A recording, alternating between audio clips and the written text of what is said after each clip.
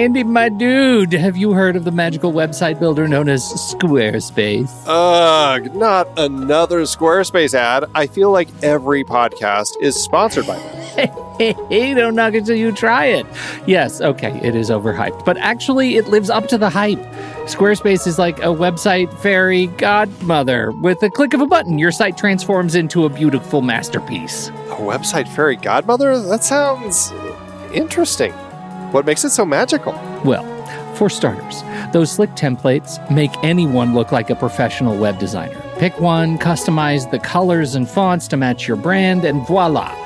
Plus, the drag and drop fluid engine is so easy, your grandma could build a site on Squarespace. Well, she did knit me a lovely scarf last Christmas. Maybe website design is next. Exactly. And when you're ready to sell your Nana's handmade scarves online, Squarespace has built-in e-commerce. Add a store with one click. Get flexible payment options. Then watch those sales roll in. And when she wants to teach others her steezy scarf skills, Squarespace's new courses feature is just the ticket. Nana can set up her curriculum and enrollments and payments in a snap and become the next e-knitting influencer. Oh, wow, you really sold me with the grandma angle. Sign me up for that free trial. Just go to thenextreel.com/Squarespace and transform your site into a beautiful Squarespace masterpiece. Well, thanks, Pete. Even though it's overhyped, Squarespace actually sounds perfect for Nana's site's needs. Appreciate the warning on the ads, though. I'll brace myself next time I listen to a podcast. Anytime. Let me know if you need any help getting that site up and running.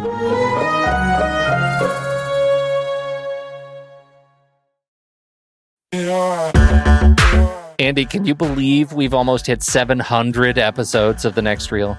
I know, it's crazy. And with all the other episodes in our family of podcasts, we are well over 1,200 episodes of movie conversation. It's really pretty amazing that we've gotten to have these in-depth movie chats every week for over a decade now. And we couldn't have done it without our loyal community of film fans. Their support over the years has meant so much. For sure. That reminds me, we should give the merch store a shout out. Buying shirts from thenextreel.com/merch is a great way listeners can continue to support the show. Plus, they get to sport our great designs. Absolutely. I think sometimes folks forget we have a variety of shirts, mugs, phone cases, and more available. In fact, a great place to start is with a shirt sporting the Next Reel's logo. We also have that classic Fast Times Spicoli Surf School tee, or the weirdly popular Rusty's European Tour shirt. The one from National Lampoon's European Vacation. Why is that so popular? Search me, but we have sold a ridiculous number of those. I guess there are a lot of Rustys taking trips to Europe? We're always adding new designs based on movies we've covered, like our brand new design for a streetcar named Desire, featuring a streetcar named Desire. So if you want to rep your love of TNR and films, head to thenextreel.com/merch. Every purchase helps us continue to have these weekly in-depth conversations. So visit thenextreel.com/merch today. And as always, thanks for listening and being a part of the Next Reel community. We've got lots more great movie chats coming your way.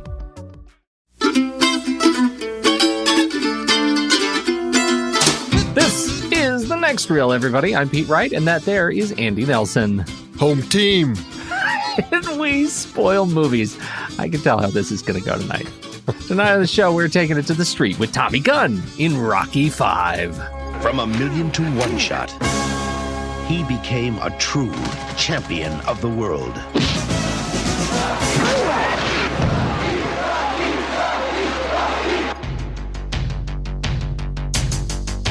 Now, the glory. Because of the continuous violent blows to the head, the effects are irreversible.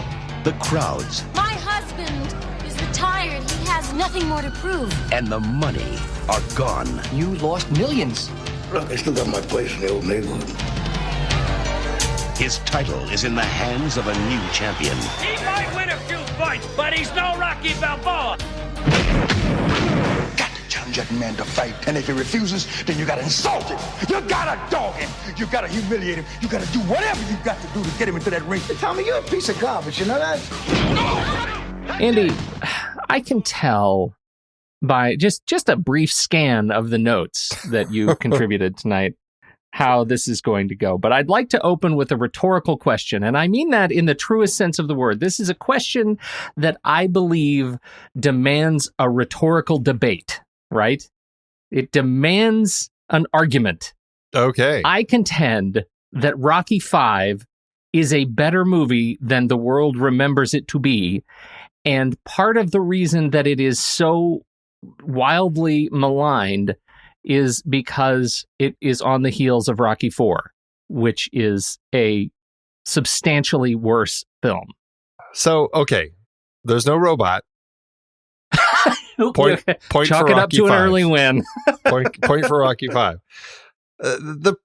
Here's the thing, because I thought about this quite a lot after the film, and actually quite a lot of it during the film as I was watching this, because I kept scratching my head, wondering what the heck I was watching. Rocky IV is a very entertaining story. It has a ton of problems, just story problems and just all sorts of stuff. Luckily, a third of the film is montage, so you just kind of speed through it because you're just kind of watching retreads of things, and then it's all about this really kind of energetic, memorable fight at the end. I can see why people would fall for that and enjoy the film, because it's a very engaging film. It's not necessarily good, but it's engaging and entertaining, and it draws you in. This film, I can see what your point is. There is a much more interesting story going on under kind of the mess of what this film is. I think Stallone had some really interesting ideas.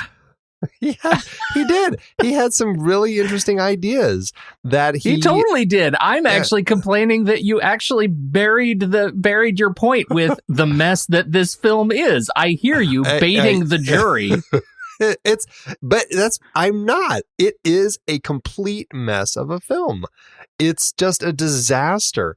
But and I think that's what frustrates me about it, because I really liked the ideas that Stallone was trying to do here, the ideas that he was presenting.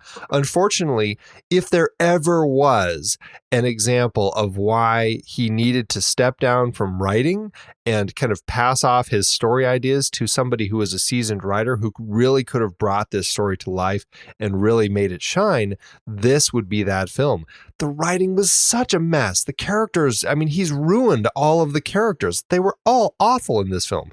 Maybe not all of them, but for the most part, they were awful. I did not like what he did with the bulk of these characters and the new characters that he introduced. It was so frustrating because everybody was just so transparent and one-sided, and they lacked subtext, and there was just conversations where everything was on the nose, and it was the whole thing. I mean, the end of the film was telegraphed like a mile away, and it made for a very frustrating story because I could see what he was trying to do, and I felt like if he had kind of had a writing team come in and take his ideas and write something, it could have been a really fitting finale for this character and this franchise, at least up to 1990.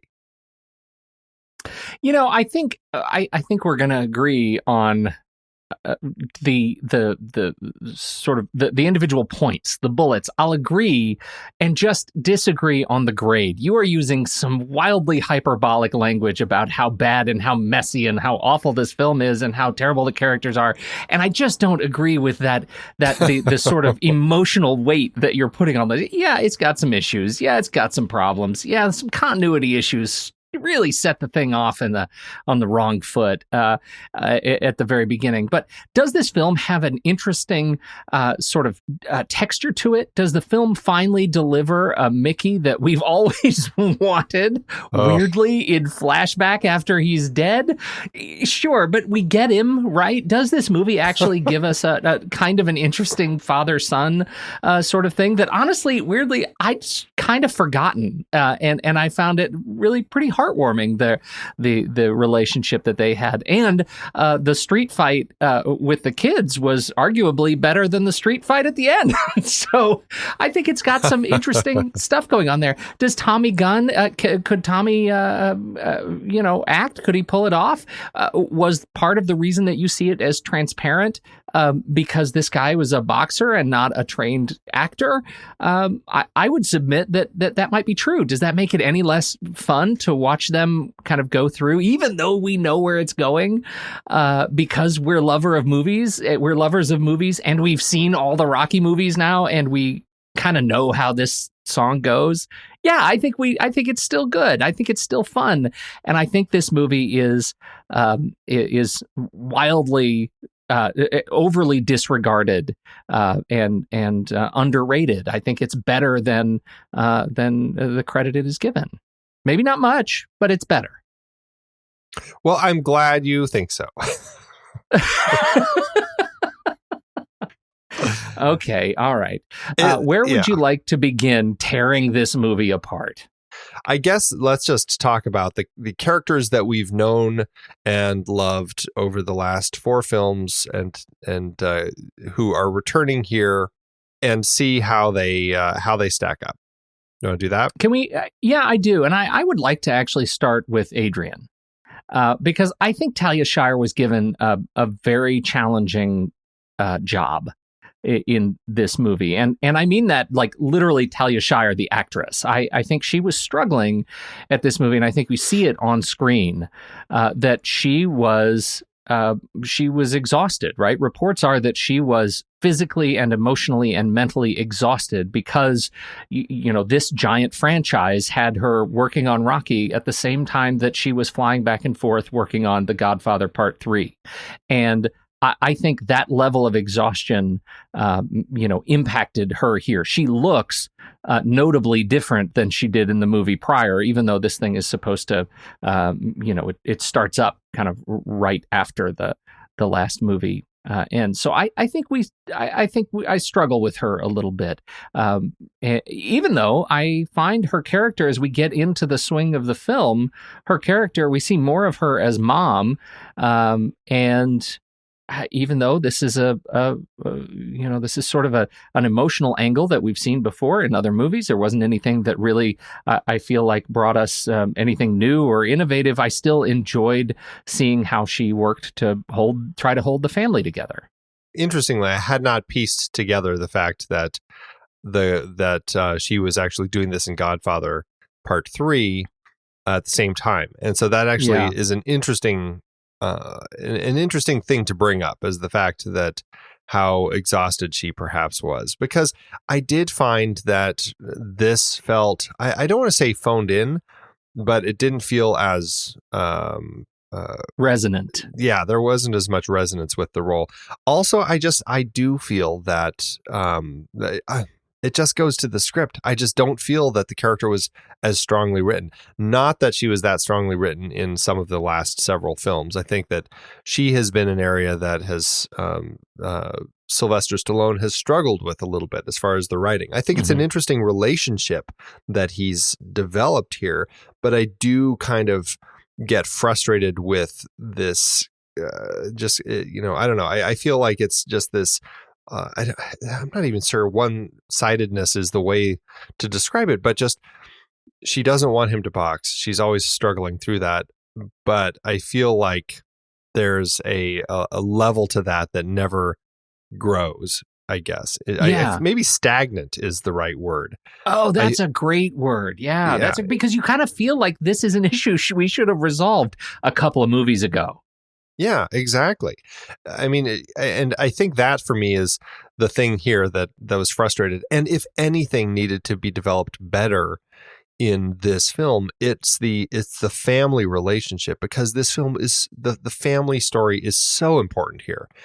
And that was something that I felt kind of got left by the wayside as he I liked actually that he really focused a lot on this kind of this dual son kind of story, the relationship with Tommy versus the relationship with his son, even though it's flawed. But I felt like I needed more from Adrian. And when there were issues happening with between father and son, I just felt like I wasn't getting anything more from her other than kind of an empathetic look as she would kind of look at her son and something like that. And I'm like, I want more from her. Like one of those, this movie could have had a great scene after young Rocky Jr. is frustrated and have Adrian come into the bedroom and just kind of have a sit down and conversation with her son a little bit about it and show us some of that. That would have been a nice moment to have. And we didn't get that. And I just don't think Stallone ever really quite was able to write Adrian as well as she needed to be by the time we got to this film. I absolutely agree with you there. And I think by the time we hit this movie, and maybe it's one of these things that, we should have called. This is a character we should have called Time of Death on a couple of movies ago. I feel like I give it the benefit of the doubt to this film. We learned that, in fact, really, Stallone can't write this maternal character. He just can't. He got lucky in the first movie and the second movie, perhaps. But the third movie, we were still hanging on. The fourth movie was a struggle. This movie, it was just finally, fool me once, whatever. Fool me 5 times. Really, now that's on you. So, right. I think that's too bad, and we'll see in Rocky Balboa what ultimately happens with his relationship with Adrian after all of this, and I can't wait. It's like the punchline at the end of a 6-movie joke, and I really can't wait to have that conversation. So. I'm sorry to Talia Shire, who did the yeoman's work on both of these giant franchises and ended up sort of struggling here. So, time to go watch Godfather 3. Okay, how about Paulie? I was going to lose my mind with Paulie in this film. I thought his relationship with the robot was bad. I would easily take that over this. First of all, he's written as like an idiot, like this idiot, just kind of brother-in-law that can't do anything right and is unapologetic about it, and like screws up their lives. He's still living with them.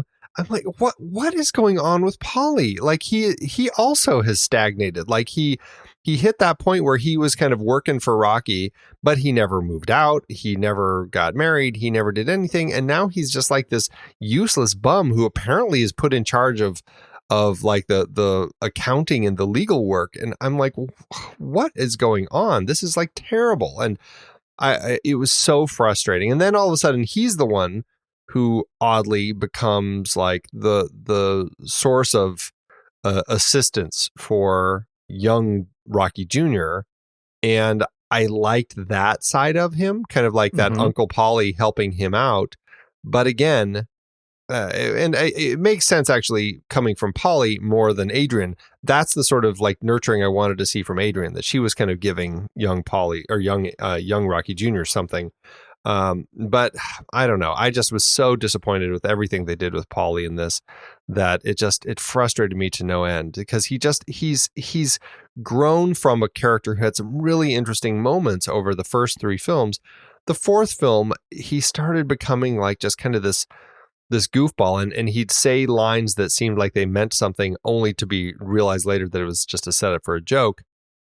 This film, it's like his character was there just as the butt of the joke, and it really infuriated me.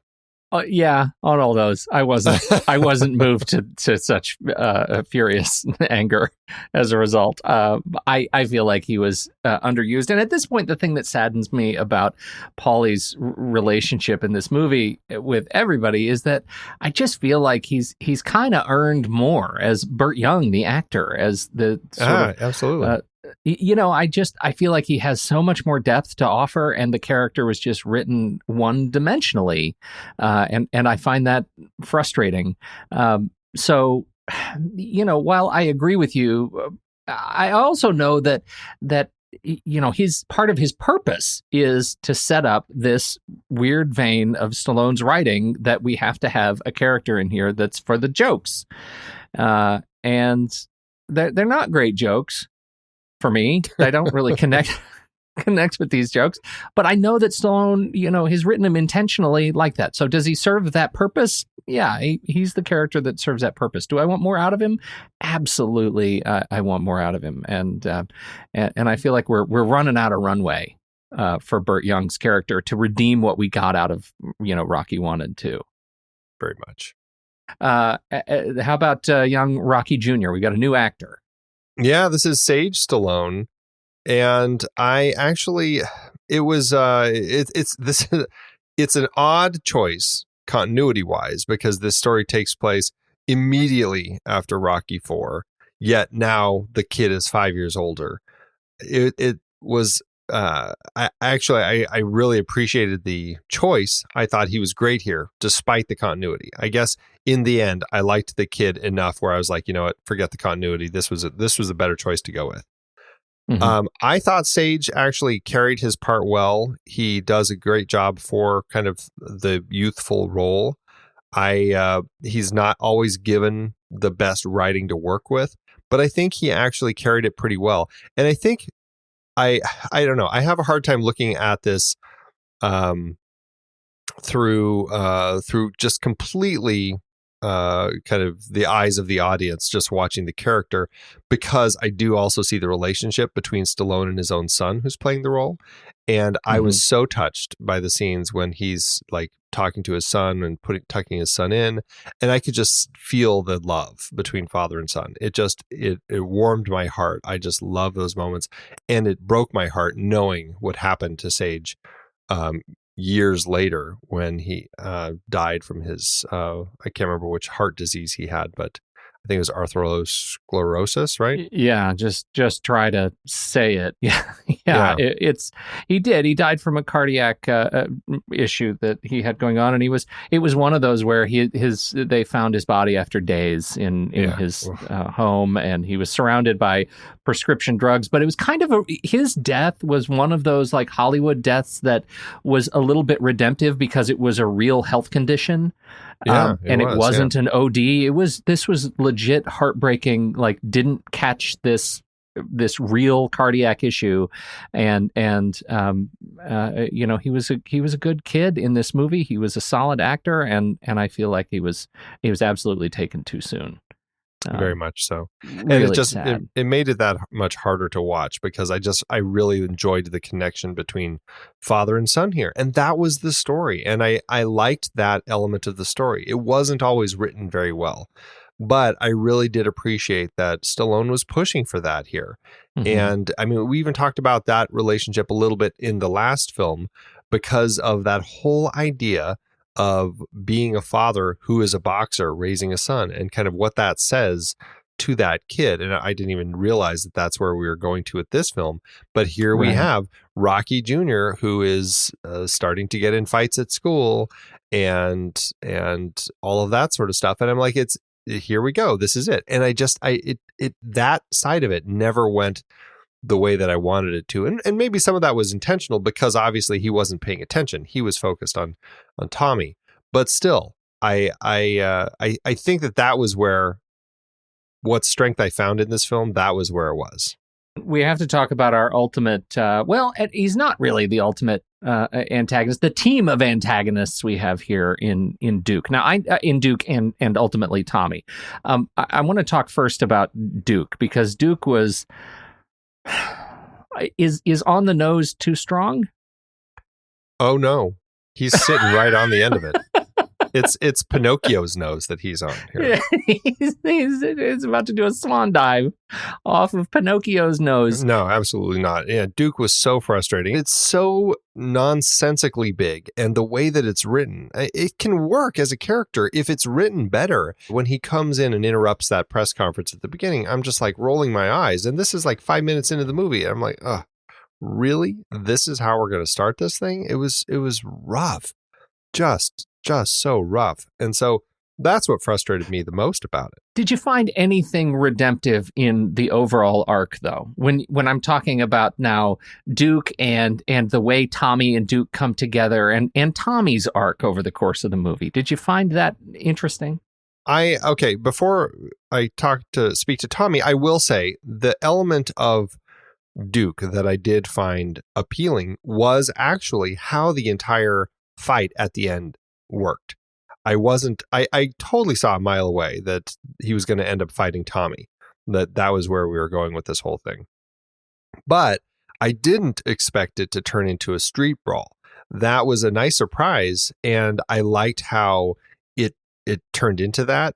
Unintentionally, it felt like, but in a way, it worked so well, I thought, for it to be written that way, where Rocky took it there and left it there to basically spit in the face of everything that Duke was trying to get out of them.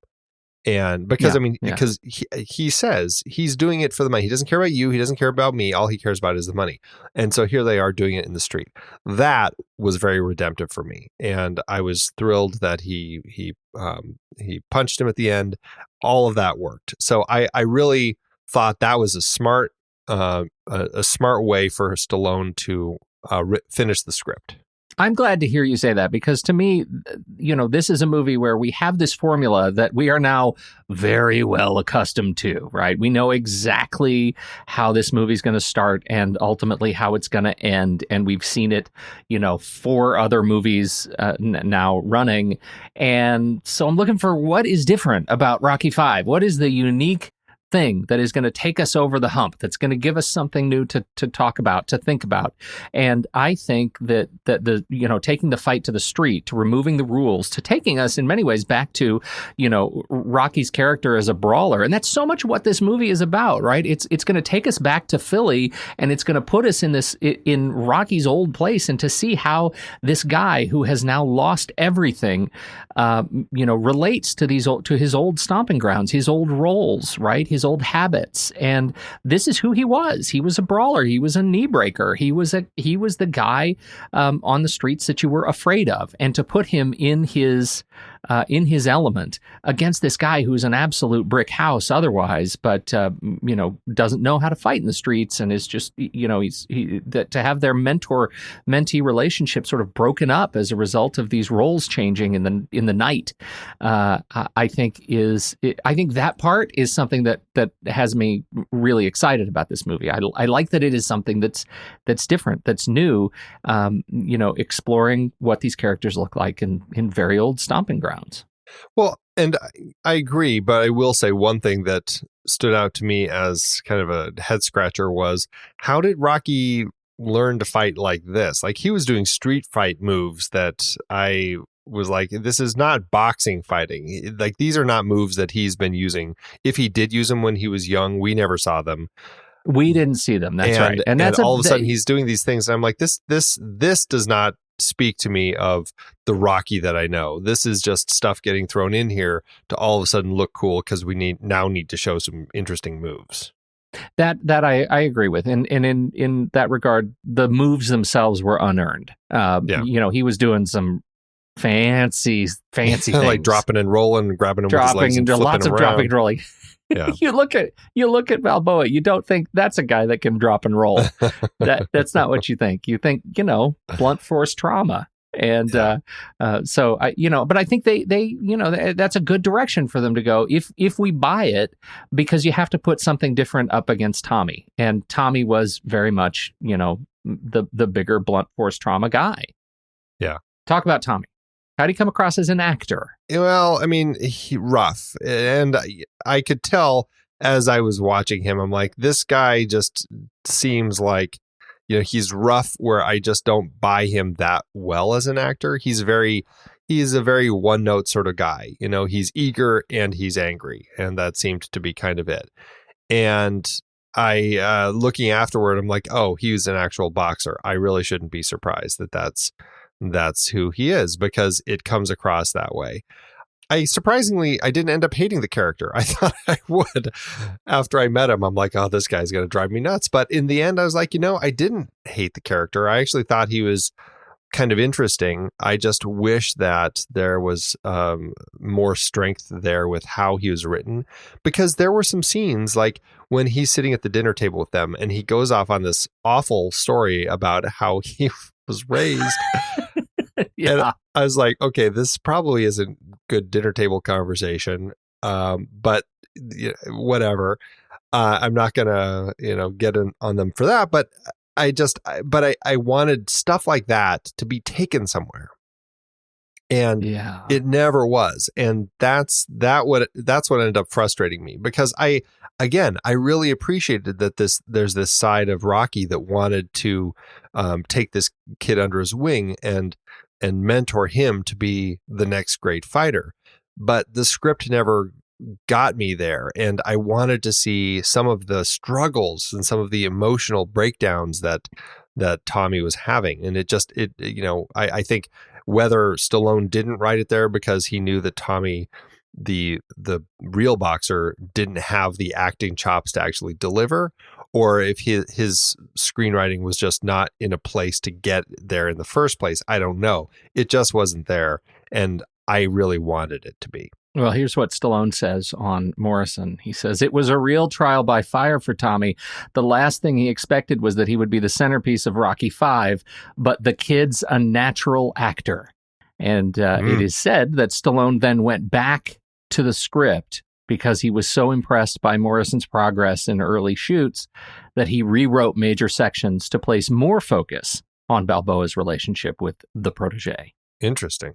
Yeah, and I think I just think that is that's one of those things that maybe just is dated. Like, maybe had we seen this together on the big screen back in 1990, this would be a different conversation. Maybe the weight of time and culture and expectations of film have taken its toll on Tommy's performance. But it is.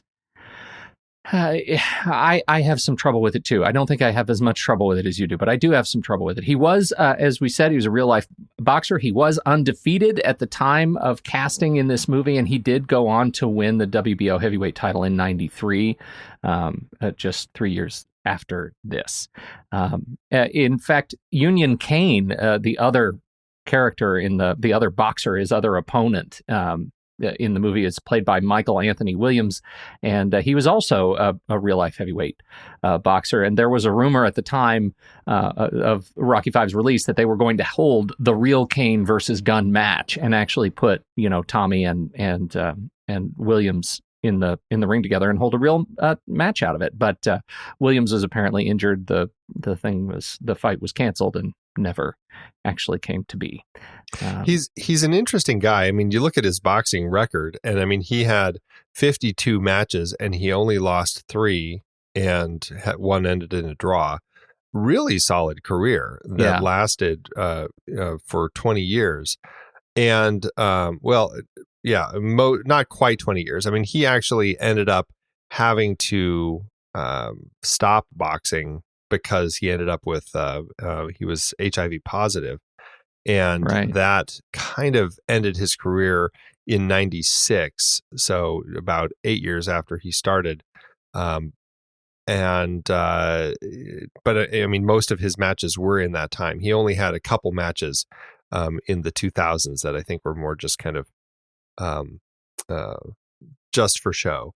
But he ended up having a really rough time after getting HIV, and then he ended up, his last year was really rough, and he died in 2013 at the age of 44.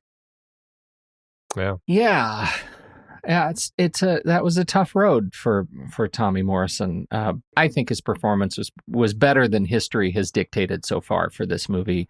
It was not as frustrating for me. I enjoyed the kind of mentor, the protege relationship that they tried to build up. It put Rocky in a different light, and in many ways, it was sort of a beta test for what ultimately comes out of the series later. That I'm eager to see again for Rocky's character, and Adrian's restaurant and all kinds of things. So to come. Well, speaking of Rocky, we should just talk about Stallone a little bit and his performance, because he had some interesting stuff that he brought in here with the brain damage, which I was surprised to kind of see in this. I wasn't expecting that to pop up in this film as something that would be the thing that kept him from from boxing. Yeah, it was interesting, right? It was something that they not only did they plant it, they actually kind of made good on it, right? That it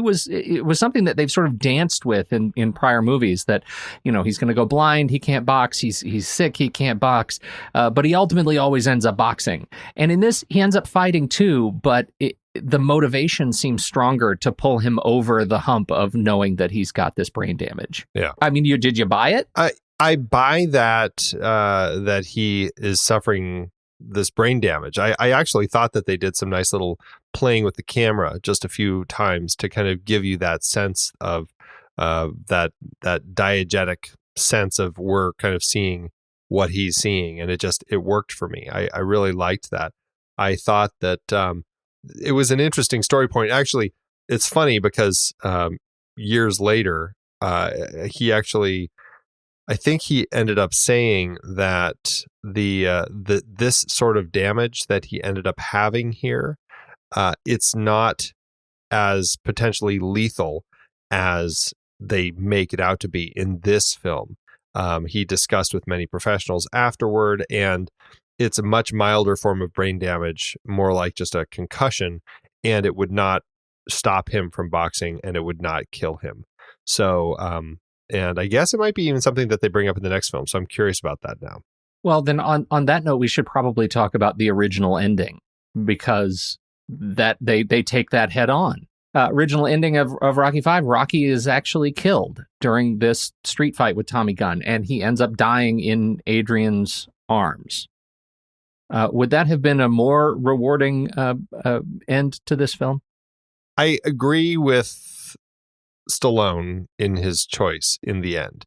He said he and the studio had second thoughts. He rewrote it, saying that he decided to change it because Rocky was supposed to be about perseverance and redemption, and having him die in a street brawl would be against the roots of the series. I read that and I'm like, yeah, that's exactly how I would have felt. If Rocky died at the end of this, I would have felt like not only does he hate his characters, now he hates me too.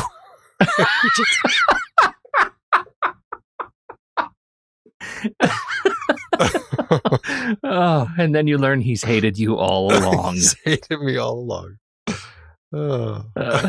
Oh dear. Well, I'm not sure I took it quite so hard, but I agree with you. I think that was the right way to do it. And I'm not of the cynical note, right? I mean, you read about some of the critical reviews of this thing are super cynical. They're all like, oh, yeah, he changed the screenplay at the very end so that because he realized, oh, my God, the money train, I'm going to need to keep the door open for more movies. And that's just, I feel like that's super disingenuous and just, low-hanging fruit critically. The guy, by the time this movie hit, he was just off of First Blood Part 2, right? I mean, he was fine. This Rambo was not it was not the franchise, the only franchise that was going to keep this guy, afloat. Hell, we hadn't even had a breath of cliffhanger yet. Am I right? Oh, right. Yes. Anyhow, I really think it was the best decision for the character, and it opens the door for an interesting future for Balboa, and I think that's a good thing. Well, and I think in a franchise about a boxer, I think to me it makes sense that it is something you deal with, because it is something boxers deal with. They're getting punched constantly. When you talk about how strong people like Drago can hit, over 2,000 pounds per square inch or whatever, and that's hitting you in the face, yes, you're going to get brain damage. And the fact that it is something that they're looking at, and he really plays it up here. Like there are conversations he has with his son where I'm like, man, he is clearly a brain damaged individual because he's not all there. It works. And those are elements that I actually liked and I appreciated that they were in here. And then we have Mickey. Yeah. Okay. Mickey. What do you think of old Mickey? Oh, this Mick. Oh, okay. Go for it. I guess in retrospect, after reading about what we could have had with Mickey, I guess I'm glad that this is all we ended up having with Mickey.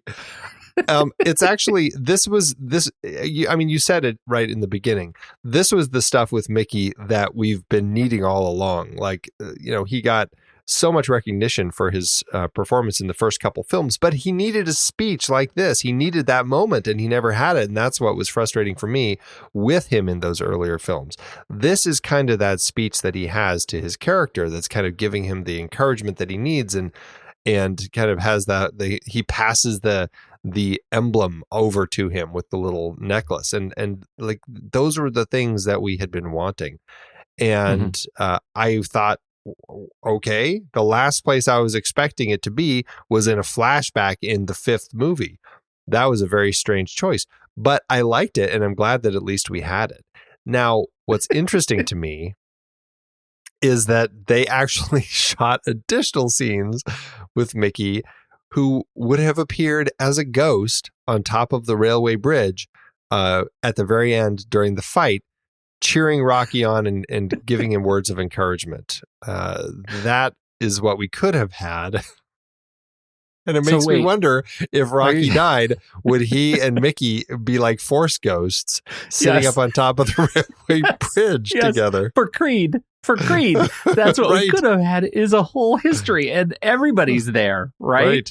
Yeah. We're going to have, we've got Apollo, and now we've got Mickey, and we've got Balboa, and Tommy by then. Yeah, no, it's very dark, but it's all ghosts. It's all ghosts. Just ghosts. Patrick Swayze would probably be there too. He comes in and out. It's a shared universe. Yeah, it's the Roadhouse. Yeah. I got no reason to go on. But with you, kid, boy, I got a reason to go on. And I'm going to stay alive. And I will watch you make good. And I'll never leave you. And I'll never leave you until that happens. 'Cause when I leave you, you'll not only know how to fight, you'll be able to take care of yourself outside the ring, too. Is that okay? It's okay. Okay. Now I got... Talking about this film, we have left out a big person who was responsible, and that's the director, John G. Avildsen, who's returning to the franchise after directing the first one. And I think our conversation says everything about the fact that he returned to this franchise. It doesn't even feel like he did anything.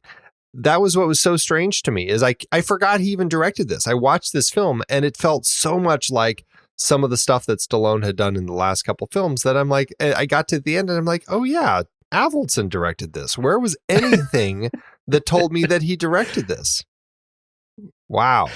I feel like you might be a little bit hard on it. I feel like it felt more.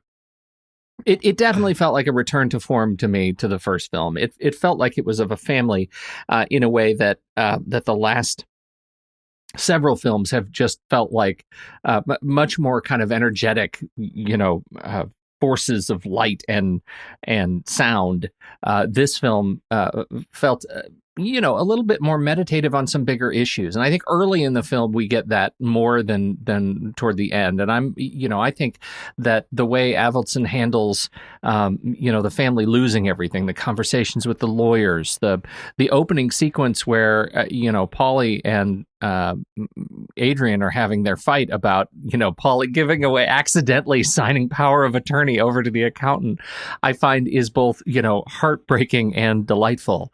I just really like the way that works, and that he ends up saying, look what you've done. Now you brought Rocky into this. He ends up blaming her, again, for something that he had done. And I just like the way that whole story was sort of approached. On film, it felt like, as I said, a return to form for Avildsen. It did not hold up for me over the course of the film. I think it became much more a Stallone film, after that sort of middle point. But I didn't see anything that Avildsen. It didn't seem like an Avildsen film to me at all. Oh, you're a tough. We've got the priest, like the priest at the fight, blessing him. Yeah. Oh boy, that was all Stallone. None of that. Yeah, I didn't like that. I didn't like that in The Neighborhood. I didn't like that in Rocky 1. I feel like I never saw Rocky the tie 2, to the wasn't priest. it? Rocky 2? Or Rocky 2. Was that where he had Yeah. to go to the window? Yeah, I didn't like that. Yeah. Didn't care for that a bit. And I feel like that's a weird character thing that he keeps throwing in here about that somehow, Rocky is such a man of faith that he has to run up the street to the priests. But then that's the only bit that demonstrates he's a man of faith. Like, I just don't see that anywhere else carried through the film and or any of the films. I do think is interesting. This is something I don't know if I attribute to Stallone or Avildsen, but Jodie Letizia, she was the street kid Marie in the original Rocky. She was supposed to actually reprise her role here. Her character was actually supposed to grow up to be a prostitute, just like Rocky predicted she would. And that would have been an interesting character piece here that would have felt maybe something that I think Avildsen could have done.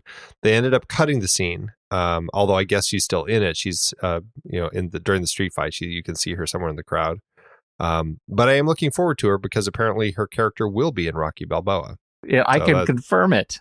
Yeah, I'm curious to see that now. That'll be interesting. Well, I have something else to share with you, which I think is interesting because in that film, in that shot, that scene was shot, or that sequence was shot of her as a prostitute, and you can see it on apparently in this documentary, which I think is a Kickstarter campaign right now, and I'm trying to see if it's actually been done. It's called King of the Underdogs. It's the Avildsen authorized documentary that goes into the behind the scenes of Rocky and Karate Kid. It was released in August 2017. Oh, there it was. Yes, it was released in August 2017. It made $29,000 of a $20,000 Kickstarter goal, and they made this movie. So you can actually see the behind the scenes of what this character had going for her in this movie. The shots that ended up cut, which I think says a lot about Avildsen's approach to the film versus, and Stallone's hand. It just feels to me like that was something that would have been more important to him to show the tapestry of Philly at this time and use her character in this way. Her character is not portrayed in this light in the next movie. Oh, interesting. Do you want to talk about the music? I don't really have much to say about the music, other than the fact that at least Bill Conti was back. It felt like Rocky music again. It did. Even if we have to listen to a marching band, proving that, they've continued pointing out that this Rocky theme is actually in universe because it's become diegetic music. That's a little crazy, but it's too much. Yeah. It's just too much. But to the point of the scores, it is very much and the score feels of its time, which I think is fine. And I think also the music is of its time, and I think that's fine. It fits the time where it happened. MC Hammer popping in there, sure, it was something that was big in the 90s, just like some of the 70s stuff that they had. Like Frank Stallone. Elton John. Okay, Elton John. So this song, The Measure of a Man, Alan Menken wrote it. And I listened to it. I'm like, This is actually not a bad song. And then I saw, Alan Menken wrote it. Of course, this was just like right on the cusp of all the stuff that he would be doing for Disney. Or it was like right at the beginning because Little Mermaid was right before this. Right. It fits right perfectly in with all of the stuff that Alan Menken would be doing for Disney for the next several years, and it feels like exactly a Disney song. And to that end, it was kind of an odd choice, I think, for this. It, in a way, it felt kind of like what would have happened to Rocky IV if Peter Cetera's song "Glory of Love" ended it instead of Karate Kid 2. But I don't know. I liked the song. I was surprised, and I've heard it before, but I didn't know that this is where it was from. Well, there you go. See, that's another little win for this movie. I hope that worth at least half a star. Well, I guess you'll have to wait. We talked about in the past movies that we said we'd come back to is the statue, the Rocky Balboa statue, which at the time that we talked about it, it had been moved over to the arena, which then was torn down. Right. And so, what are they going to do with it? I think that was the cliffhanger. It was. what are they going to do with the big statue? Well, as it turns out, they did move the statue back to the museum, and I do love that bit. You know, I didn't even know there were pictures in here. So they moved it back to the museum, but they did not move it to the top of the stairs. Instead, they have they put an imprint in the top of the stairs. It's there's a Rocky style Converse sneaker footprint with the name Rocky above them, and so you can see that at the top of the stairs. The statue itself is at the bottom right. It's in kind of a grassy area at the bottom right of the stairs now, but it is still there. And for this movie, they did move it back up to the top of the stairs for the sequence here with his son, and then temporarily, and then they put it back down in the yard. So There you go. Yep. Gotcha. Cliffhanger resolved. Now it's all down here from here. Let's talk about awards. Oh yes, this film was not well loved. It was it did have 9 nominations, 7 of which were Razzie nominations. The non-Razzies, one was the kind of the Blu-ray box set that I've talked about in one of the other shows. But Sage Stallone actually was nominated at the Young Artist Awards for Best Child Actor. He did lose to Macaulay Culkin for Home Alone, and I can absolutely see why he would lose there. That's a tough matchup. Over at the Razzies, oh dear, this is actually possibly my most the Razzie nominations I've enjoyed the most to look at. It's a funny year of Razzies. Okay, it was nominated for 7. It did not win any Razzies, but there's this film, Ghosts Can't Do It. Pete, have you ever heard of that film? No, Andy, I've not. I'm nervous. You have what you call a 6-star rule over on IMDb, Pete. Ghosts can't. Yeah, where if it's under 6 stars, it's probably not going to be that great. Ghosts Can't Do It has a 2.3, which is super low.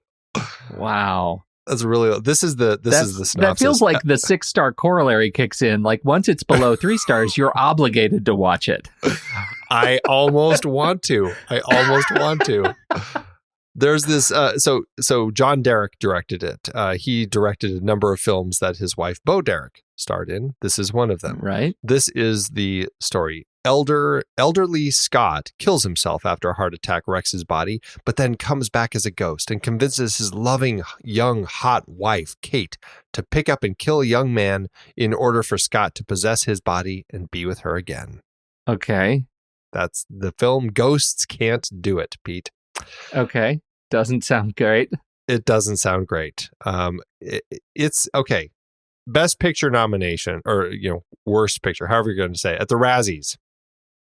Ghosts Can't Do It beat out Rocky 5. It took the best worst picture nomination. It took the worst picture award. Okay. Stallone was nominated for worst actor.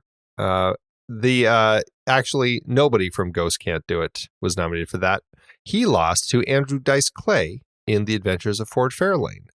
Another interesting film that came out this year. Do you have a memory of that movie? I didn't care for it. I never watched it. I saw the trailer and I'm like, I have no interest in that. Yeah. No interest in that. Yeah, that was a good choice. Yeah. Talia Shire was nominated for Worst Actress. She lost to Bo Derek for Ghosts Can't Do It. Bo Derek. I'm going to skip the supporting actor and come back to that one. Best director or worst director. I keep saying that. Worst director. John Derek took that for Ghosts Can't Do It, beating out John G. Avildsen. The screenplay, Stallone lost the screenplay to again. This is The Adventures of Ford Fairlane. So okay. I weirdly am curious about watching all of these movies now for some strange reason. I don't know why.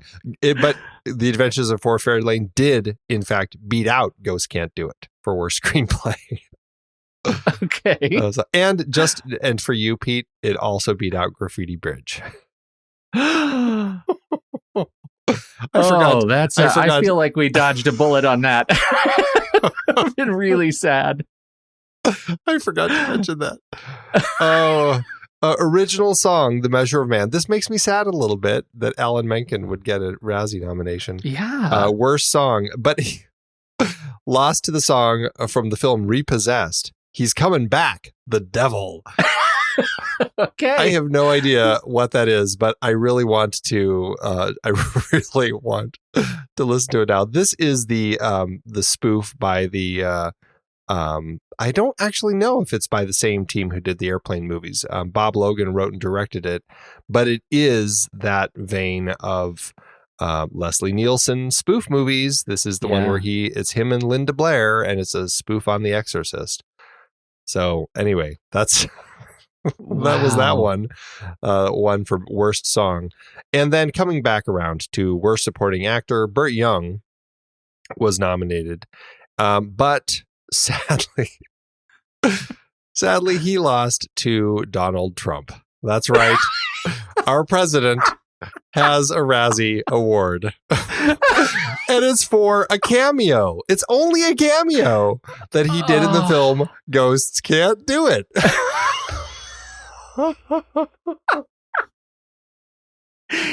Wow. I don't know why I love this so much. I really want to watch this movie. It has to be horrible.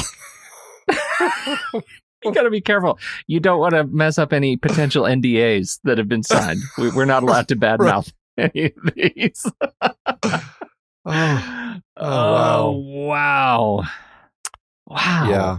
Yep. So okay, that's that one. Yeah, this was the year of the Bonfire of the Vanities. Had a number of nominations. I already mentioned Graffiti Bridge. Yeah, it's an interesting. It was a great year for the Razzies. What a great year for the Razzies. Yeah. Oh, and Sophia Coppola. This is when she won her Razzie the same year. Because for Godfather, she beat out. She actually beat out Donald Trump for this Razzie. He got 2 nominations. This was for Worst New Star. He was nominated for Worst New Star in Ghost Can't Do It, along with Leo Damian in Ghost Can't Do It. So they split the votes, giving it to Sophie. Wow. Yeah. Wow. Graffiti Bridge got nominated for that. Ingrid Chavez. She lost to Sophia Coppola. Oh, that's good. That's good. I would be much more depressed right now. And I mean, if that whole election of supporting actor wasn't prescient of things to come, who knew? Okay. Well, Andy, I feel like you're going to need to tell us a little bit about the box office. Avildsen returned to the franchise with a budget of $42 million, which is about $77.3 million in today's dollars. Rocky V was released on November 16th, 1990, opposite Home Alone and The Rescuers Down Under. Guess which ones I was at, Pete? The movie opened in the number 2 spot, but did not do as well as its predecessors, not doing as well with critics or audiences, and falling out of the top 10 in week 5. It doesn't mean it was a flop. It still made $40.9 million domestically and $79 million everywhere else, giving it a total gross in today's dollars of $220.7 million. But it did have the worst return for any of the films thus far. In fact, it earned $180 million less than its predecessor. It landed with an adjusted profit per finished minute of $1.3 million.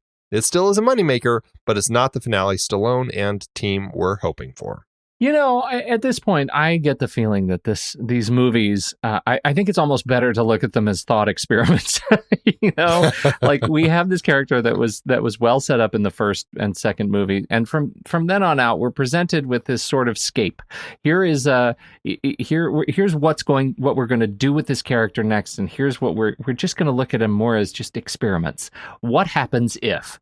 And that's where we are. And for me, with this movie, we get to see him in a particular stage in a particular place, confronted with a set of experiences that I think is worth just seeing. How would Rocky, what would Rocky do? And and in that respect, I still have a good time at this movie, and I find my experience with it was better than my experience with Rocky IV. This is an improvement over the last movie for me, and I'm excited to see how you end up ranking it. I feel like I know. Well, it will be interesting. It will be interesting. Head over to flickchart.com/thenextreel and you'll see all the movies that we've talked about on this show. If you tap Flickchart in the show notes, that should take you right over to this very film where you can add it to your catalog and see how it stacks up against ours. First up, Rocky V or Romeo and Juliet. I am going with Romeo and Juliet. Yeah, I think I'd go with Romeo and Juliet too. Did we go with, was Rocky IV above? I can't remember. Was Rocky IV above Romeo and Juliet? I feel like I already regret this, but okay, Romeo and Juliet. Rocky V or The Element 5, aka The Fifth Element. Oh, Jesus. I was like, I don't know what movie we were talking about. Did I miss a week? Should I say The Fifth Rocky or The Fifth Element? I'm going to say The Fifth Element. Yes, that's better. The Fifth Element, please. I'm going to say Fifth Element. Rocky V or Giant. I'll say Giant. Rocky V. All right, here we go. Let's duke them out. I wish we had gloves that would explode in fireworks for this one, but alas, we only have rock, paper, scissors. Alas, yes. Here we go. All right. 1, 2, 3. Paper. Scissors. Well, I that cut sucks. you up. Rocky V or 2010. I will actually take Rocky V here. All right, I'll take that. Rocky V or The Dead Zone. I'm going with Stephen King for me. I'll go with Rocky V. How's that? Wow. Let's do it again. All right. 1, 2, 3. Scissors. I almost said Rocky. Yeah, right. You would have lost. That would have been a disqualification. TKO. Rocky V or The Danish Girl. The Danish Girl for me. I'm torn because I feel like my interest in ever rewatching The Danish Girl is like at maybe a 0.5%. So I guess I'm debating. I'm like, would I rather suffer through Rocky V again? Or would I rather actually go watch The Danish Girl? I mean, The Danish Girl has great performances. So I guess for no other reason, I should go with that. But weirdly, I feel like I'm going to say Rocky V here. Isn't that weird? Why am I doing this? Who am I? Such drama. Oh. If you say Rocky V, I'm going to change up my vote for you. I will support you in that. Okay. Rocky V it is. All right. Rocky V or The Blob with the McQueen. I'm going with The Blob. I'm definitely going with Rocky V. Oh, wow. Okay. Yeah. Here we go.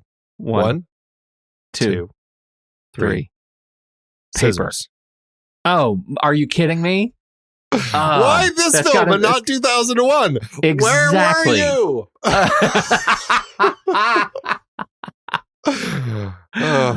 Rocky V or Manhunt? I'm going to go with Fritz Lang's Manhunt. I will also give you Manhunt. Rocky V mostly because I'm exhausted. Rocky V or Battle for the Planet of the Apes? I'm going to go with the Apes. As problematic as that film is, I'll still take it. Yeah, I think I'm still Rocky V. Here we go. Okay. Give it one more shot. This is not going to be a shutout. Not on my watch. All right. 1, 2, 3. Rock. Oh my God. Of all films, that's the one. Well, my God. Rocky V landed at 361 out of 391.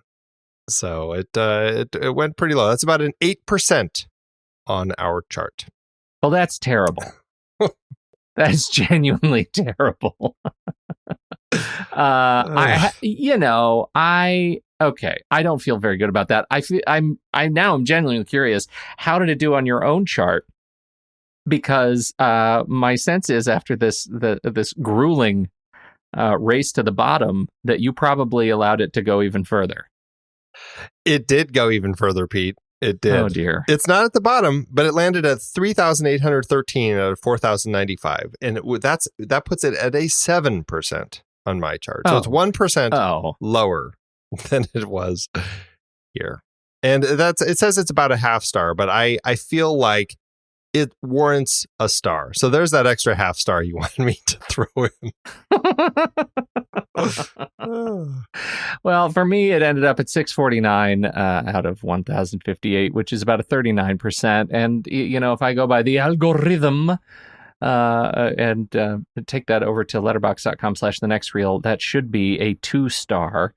And you know what? In honor of our conversation tonight, I'm going to give it 2.5 stars for Rocky 5. Wow. And a heart. Yeah. And Look a heart. at that. Oh. Go for it. I am not giving it a heart. I'm sorry.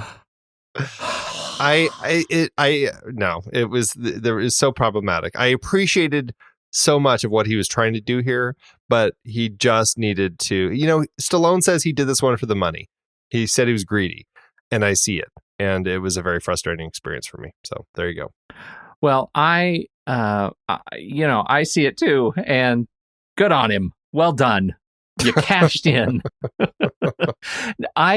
Watching this movie though actually made me go back to Rocky 4, and as much as I got excited about the sort of exhilarating parts, I had to re-rank it after watching this movie. This was not the same film that I remembered, and I had to go back to it and put them in a more honorable order.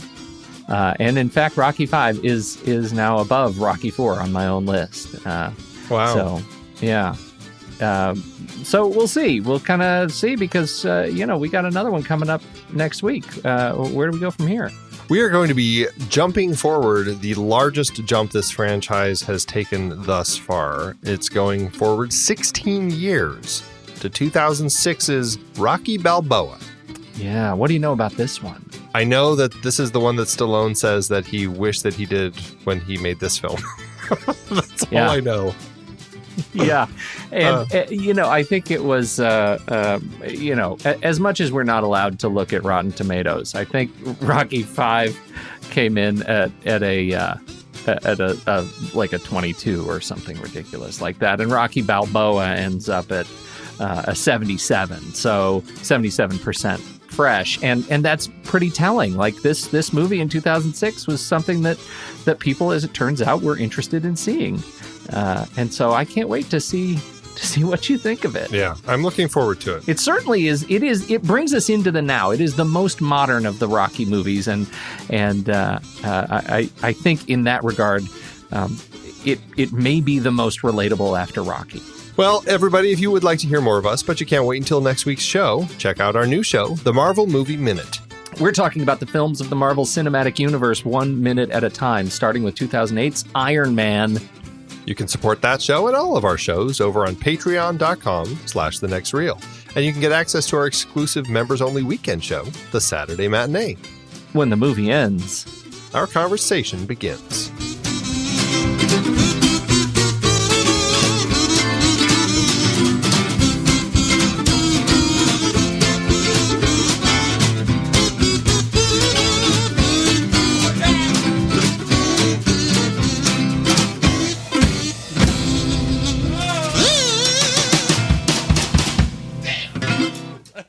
Amazon giveth, Andrew.